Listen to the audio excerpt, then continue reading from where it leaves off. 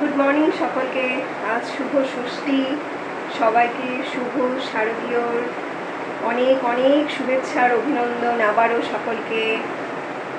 আজকে একটু মনটা খারাপ আছে, কারণ চতুর্দিকে যখন রাস্তায় বেরোচ্ছি তখন দেখতে পাচ্ছি যে সবাই ঠাকুর দেখতে বেরিয়েছে। কালও দেখলাম পঞ্চমীর দিনে সবাই ঠাকুর দেখতে বেরিয়েছে, আজও ষষ্ঠী, আজও ঠাকুর দেখতে বেরিয়েছে। তাই মনটা খারাপ যে আমি একটু বেরোতে পারবো না।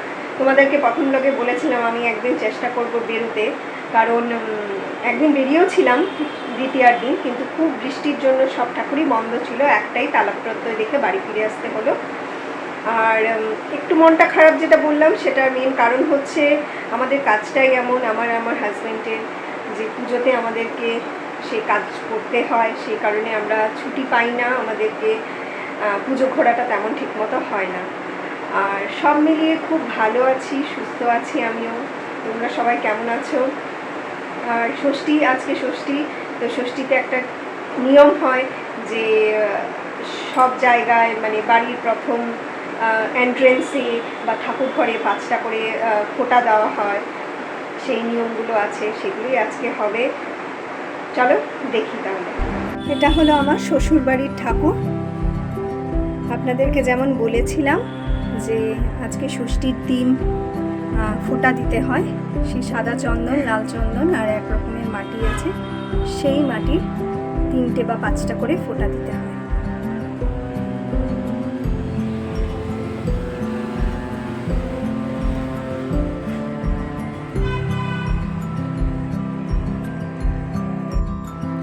বিকেলে তারপর একটু বের হয়েছিলাম, বের হয়ে দেখতে পেলাম আমাদের পাড়ার ঠাকুর চলে এসেছে।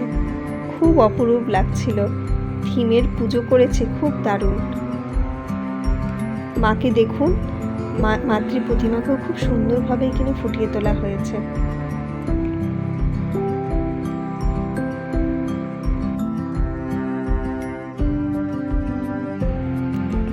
তারপর সন্ধ্যা হতে না হতেই চতুর্দিক ঝলমল করে উঠেছে, আলোয় আলোকিত হয়ে ভরে উঠেছে।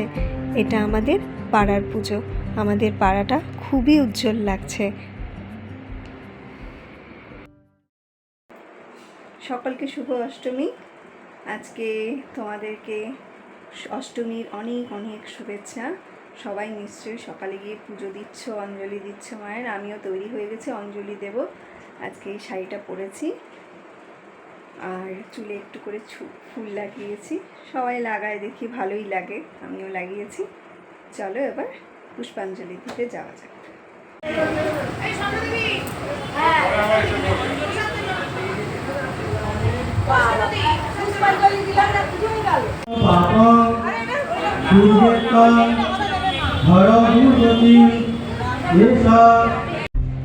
বাঙালি মানেই পুজো, আর পুজো মানেই খাওয়া দাওয়া। পুজোতে খাওয়া দাওয়া না হলে চলে, তাই পুজোতে খাওয়া দাওয়া করে ভাবলাম সব কাজ শেষ করে এবার ঠাকুর দেখতে একটু বেরোবো। একদমই কাছে, বাড়ির কাছে।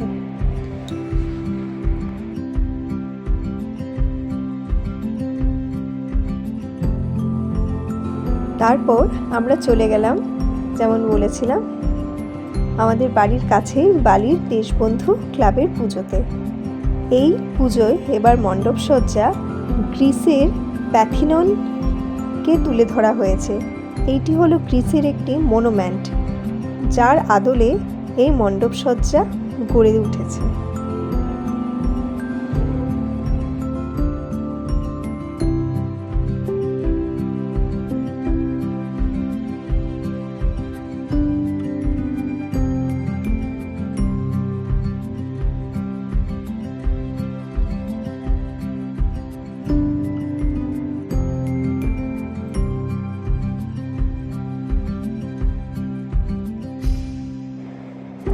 এখানে মাতৃপ্রতিমা সত্যি অপরূপ দেখতে। মায়ের অলংকার স্বর্ণের মতো ফুটিয়ে তোলা হয়েছে।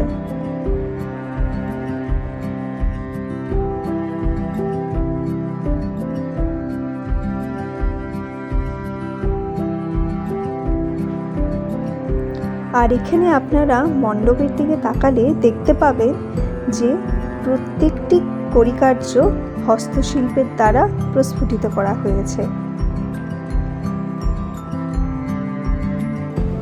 তারপর পুজো মণ্ডপ থেকে যখন এক্সিট হয়ে বেরোলাম তখন দেখতে পেলাম যে চতুর্দিকে মেলা নিয়ে বসেছে। মেলায় দেখতে পেলাম নানান ধরনের মেয়েদের সাজসজ্জা, নানান ধরনের খেলনা, এইদিকে জিলিপি ভাজা হচ্ছে, ঝালমুড়ি, ফুচকা, নানান ধরনের নিরামিষ জাতীয় খাদ্য, আমিষ জাতীয় খাদ্য সব রকমের নিয়ে বসা হয়েছে। নানান ধরনের ভেলপুরি, পাপড়ি চাট খুব দারুণভাবে সবাইকে পরিবেশন করা হচ্ছে। তার সাথে নানান ধরনের কোল্ড ড্রিঙ্কস, ফ্রুট জুস এইসবেও বসেছিল। খুব দারুণ লাগছিল চতুর্দিকটা।